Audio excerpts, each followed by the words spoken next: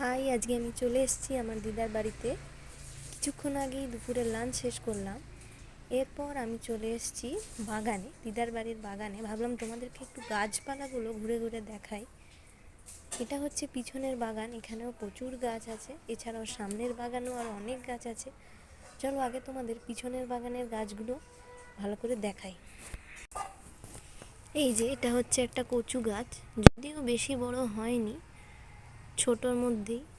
তারপরে এইটা হচ্ছে কুমড়ো গাছ। কুমড়ো গাছটা বেশ কিছুটা বড় হয়েছে। তারপর তোমাদের দেখাই, এটা হচ্ছে একটা বড় জবা গাছ, পঞ্চমুখী জবার গাছ। এটা রোজই ঠাকুরের পুজোয় দিদা ব্যবহার করে। তারপরে এই দেখো, এগুলো হচ্ছে পাথরকুচি গাছ। প্রায় 3-4টে চারা আছে, তোমরা দেখতেই পাচ্ছ। এছাড়াও আমার দিদার বাড়ির বাগানে যে গাছটা সব থেকে বেশি পরিমাণে আছে সেটি হচ্ছে তুলসী গাছ।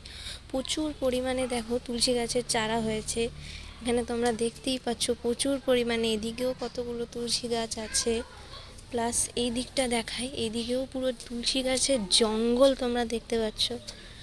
তারপরে এই দেখো, এটা হচ্ছে তুলসী মঞ্চ।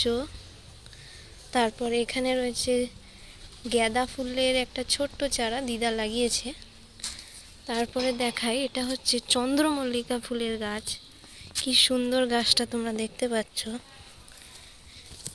দেখো চন্দ্রমল্লিকা ফুলটা কি অপূর্ব দেখতে, দারুণ হলুদ কালারের ফুলটা। এটাও ঠাকুরের পুজোয় ব্যবহার হয়। তারপরেই দেখো, এটা হচ্ছে একটা বিশাল বড় জবা গাছ। গাছটার লেন্থ যদি তোমরা একবার দেখো, তোমরা জাস্ট অবাক হয়ে যাবে।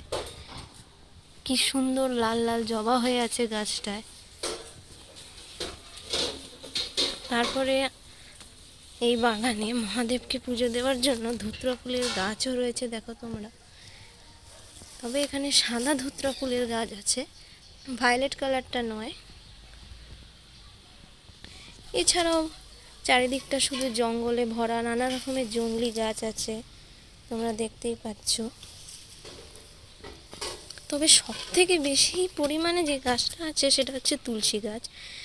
তাও বর্ষাকালে তো আরও অনেক তুলসী গাছ হয়। এখন শীতকালে যতটা তোমরা দেখতে পাচ্ছ তার চেয়ে আরও ডবল পরিমাণে। তো এইগুলোই ছিল পিছনের বাগানের গাছপালাগুলো।